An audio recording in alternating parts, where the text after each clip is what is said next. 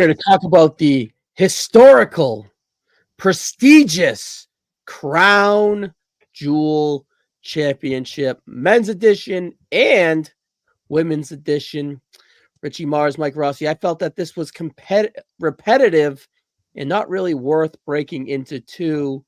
Let's kind of just go around the horn real quick and give our thoughts on this Crown Jewel Championship. Richie, let's start with you. You're a ray of sunshine on most things, so to speak. Put some sunshine on this gaudy, overdone, but okay looking championship.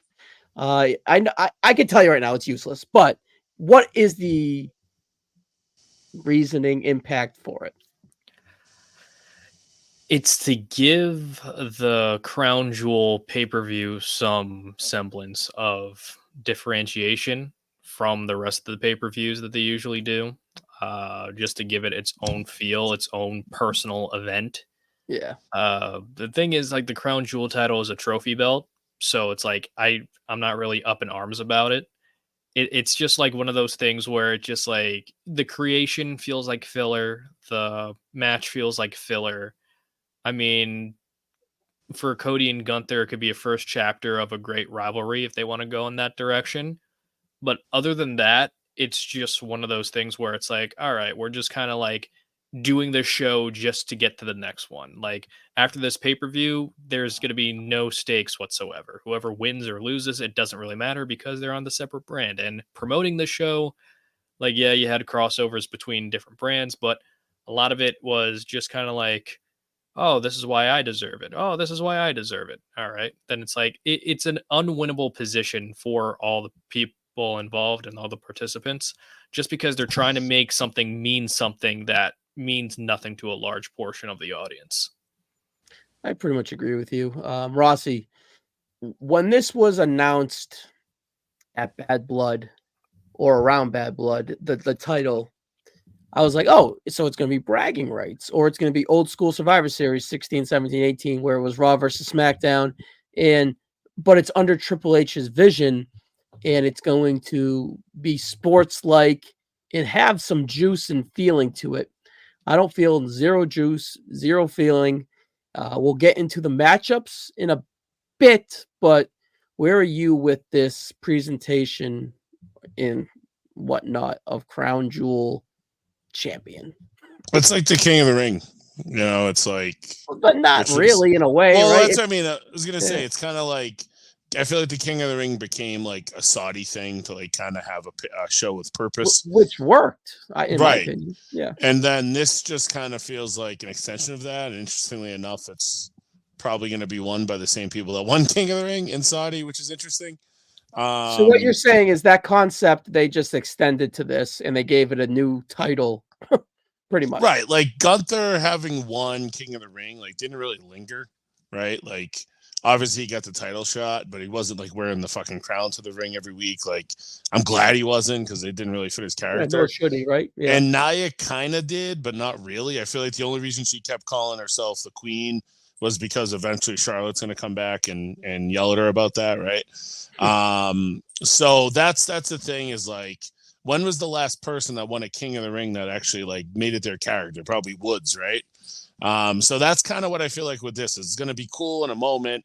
The winners are going to be able to hoist up that big ass title, and then we'll just pretend it didn't exist for another year. You know what I mean? And then that's the other interesting part. Like whoever wins this isn't going to then defend it next year, right? It's going to just be, hey, the second Crown Jewel champion is this person. You know what I mean? It's kind of weird. So that was my next question. So Richie, does he have it right where it's going to be November, Crown Jewel, whoever's the world heavyweight champion, whoever's the WWE champion will have a match, and then their name will get etched on the Crown Jewel championship? Yeah, it's pretty like much. Stanley Cup in a way? Yeah, it's like the Stanley Cup. It's like whoever wins like the World Series, you know, they get like the whole trophy and stuff like that, and they get their team name on. And with this, it's one of those things where it's like, if you care about it, cool. If you don't, then it's like, it's always tough being the first one, especially because with this like concept in general, like there's no, I don't want to say there's no winners, but it's like there's no consequence to winning or losing this match on television. You know, it's like hypothetically, if Cody gets screwed out of it by KO, you know, oh, you cost me the Crown Jewel Championship. Well, the Crown Jewel Championship didn't really mean much to begin with because this is the first one. But again, like I said, I give him credit for trying to make it mean something. Yes, this is not 2019 where it's completely empty, like Shane McMahon best in the world tournament trying to put Which some was also Saudi. Yes, Like, that's what I'm getting Yeah. to.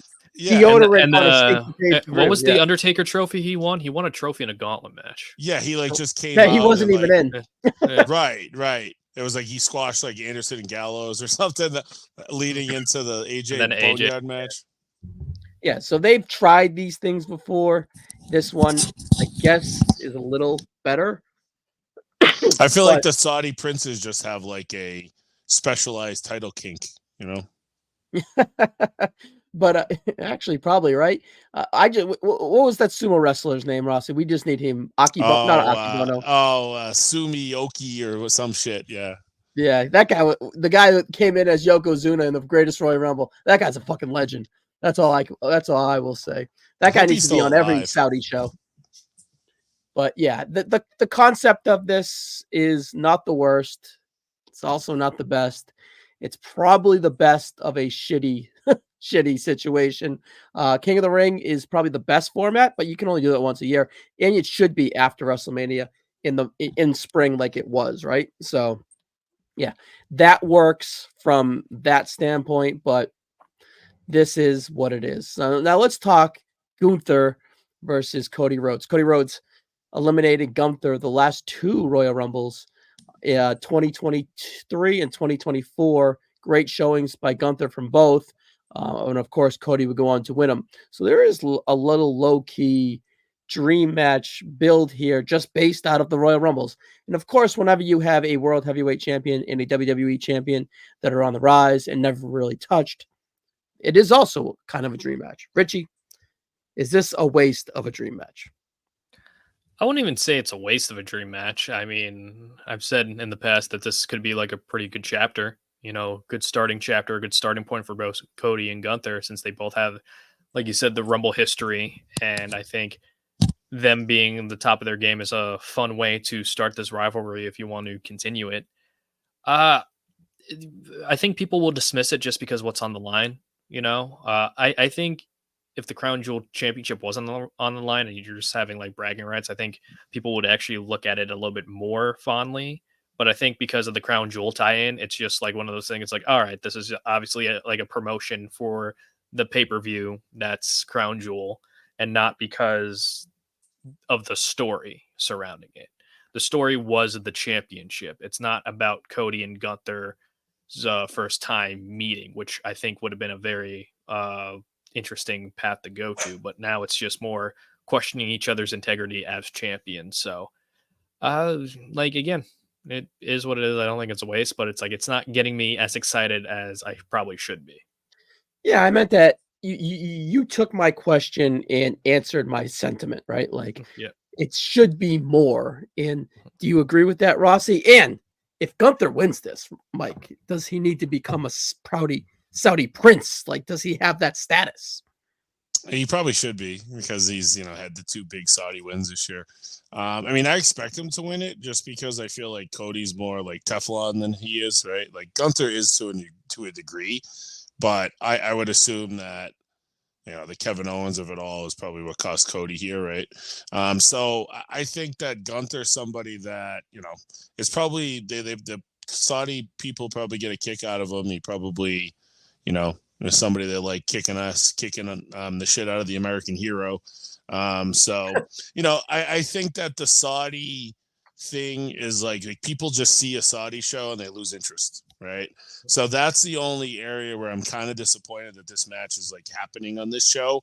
But at the same time, like Orton and Gunther, like nobody really cares about that first one being in Saudi. It was a hell of a match. So at the end of the day, you know, as we're not as excited maybe about the women's match, you know, for 20 minutes we can sit back and watch these two guys beat the shit out of each other, and they're definitely gonna put it all on the table. These guys, they always do.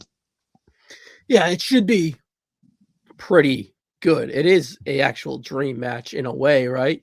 So I think they're in a good shape to go out there and have a good match with no stakes, but with stakes, I guess, right? But if you lose, nothing's going to really matter.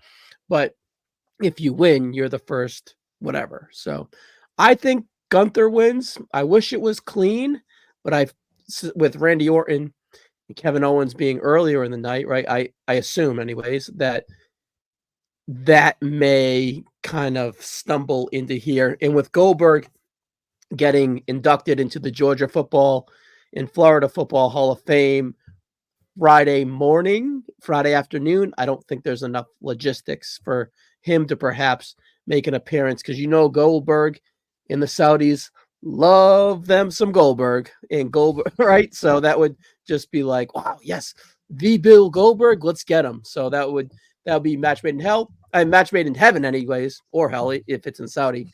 But I feel that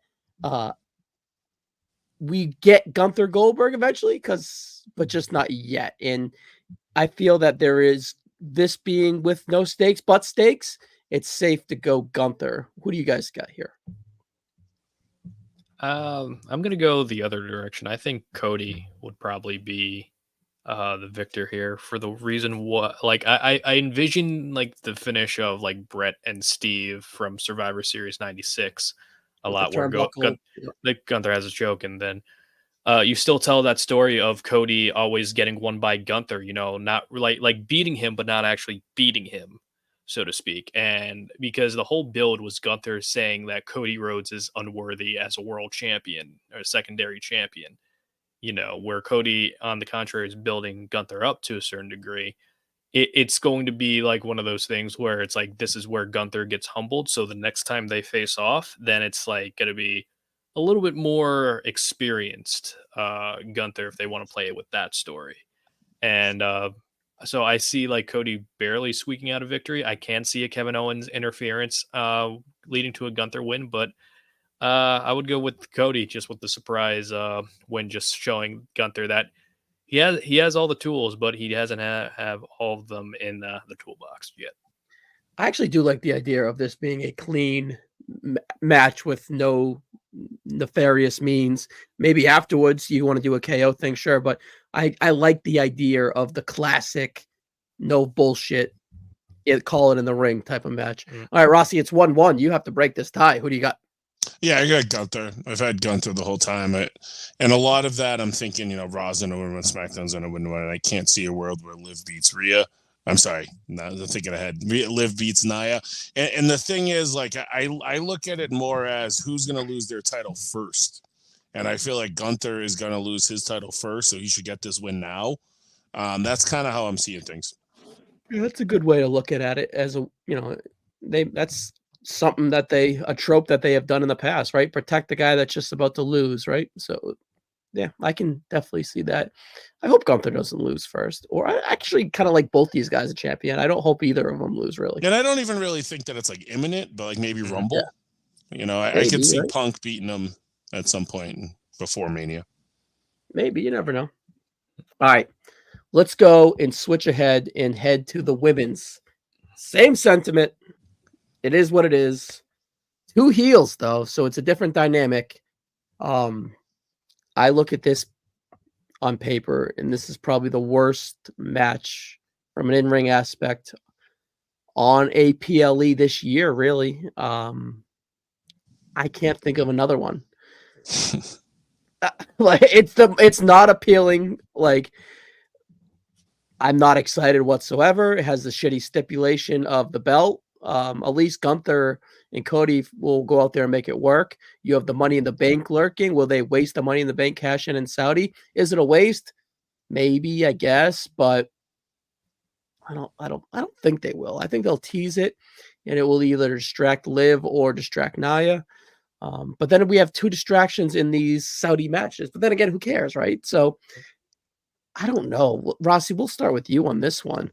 Am me saying this the worst match on paper? Can you name a worse one? Like, the bar's so low they might surpass it, but it's doesn't. What was the Zoe Stark pay-per-view match? Was that Money in the Bank? Yeah, but at least they had Rhea Ripley, and it was Yeah. That was in Yeah. Survivor Series last that year. was in Survivor Series last year. That's yeah. This year Right? I Like can't really think of anything. I mean, no, that was Nia, Survivor Series last year. yeah, I'm Nia. running down right now. There really isn't. Like It's just weird. Like it's a weird dynamic because they're both really good heels, and it's like one of them's like obviously Liv's probably gonna have to work underneath a little bit here, but she's gonna be the one probably more likely trying to cheat to win. So it's a super weird dynamic. like Bailey.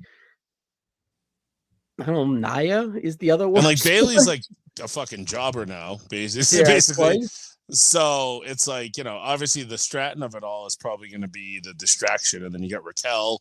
And then whether Rhea makes a triumphant return from the depths of the NXT parking lot on this show, or if they wait until the Raw taping the next day, I don't know. I mean, it's one of those things, again, that any way you shake this out, it's not going to be like a clean match, because why would you want this to be a clean match? You know what I mean?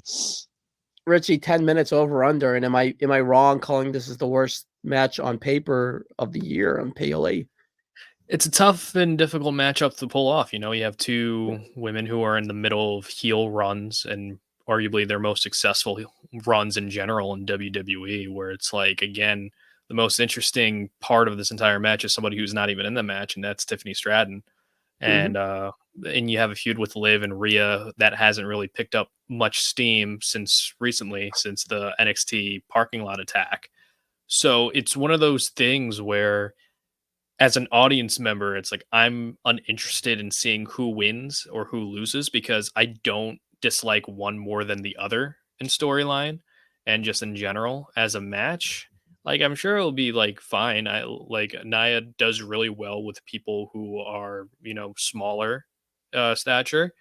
And I think Liv's Liv improved. isn't going to pull a sympathy card. Right? Well, yeah, that's again the thing, about these heel versus heel matchups. It's like, that's why it's like sometimes they're unappealing, because it's like you don't want either of them to win.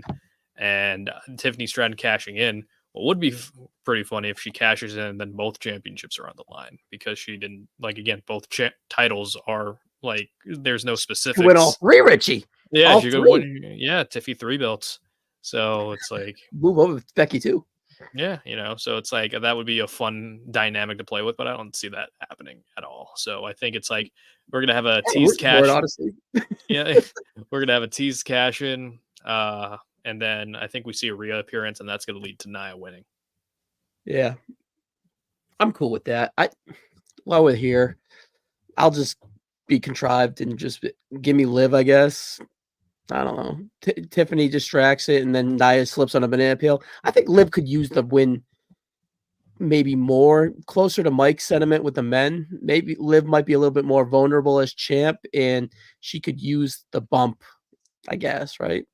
Who did Nia beat for the King of the Ring? Was that Lyra? Yes. Lyra Valkyrie. That might be up there, but at least that had a dynamic. Yeah, I mean, I think both of them are going to lose the title pretty soon. So I feel like the Gunther thing that I had with them doesn't really work between Rhea and the cash-in. So I just feel like Liv is more of like the chicken shit heel than Nia is. So like her losing doesn't hurt her as much as like the big bad Nia. And didn't Nia just get pinned on TV too? Yeah, by Naomi or some shit. Naomi and Bailey at the same time. Yeah, so I feel like I don't know. I think I'm just caught up on the fact that like Nia and Gunther are the new like king and queen of Saudi. Yeah, better. And then name a better king and queen duo. And then Nia winning, like, again, transitions into that Charlotte matchup, queen versus queen. And it just gives her another crown to wear. Basically. Yeah, and then you could have Tiffany cash in, and then you could transition to Charlotte versus Tiffany if you want to. Yeah, I think the money would be Nia. I think you guys are right with that for sure. All right. Well, Richie, did you give your pick? Yeah, I said Nia. All right, cool. All right, well, that's the Crown Jewel Championship preview. That's pretty much what the summation of the whole Crown Jewel Championships. Yeah, cool. Is what it is, boys. So, all right, we'll see you here after the PLE to talk Crown Jewel. Hopefully this match outkicks its coverage, And It's not we'll see what gonna. next- It You won't. think it will? Bold No. prediction, Rossi. It's going to be good. No, it won't. It's gonna Oh. be horrible. We'll see what happens. I just told. There's no I love the scenario for me. optimism, This is Richie. I do. Yeah. All right, guys. See you on the next one.